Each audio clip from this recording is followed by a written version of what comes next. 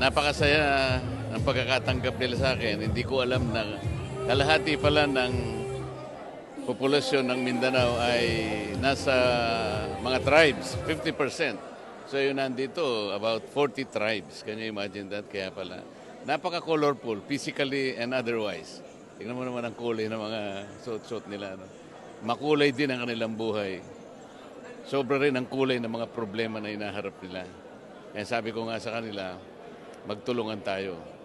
Pinakamagandang pagtulong, dalhin niyo ako sa Senado.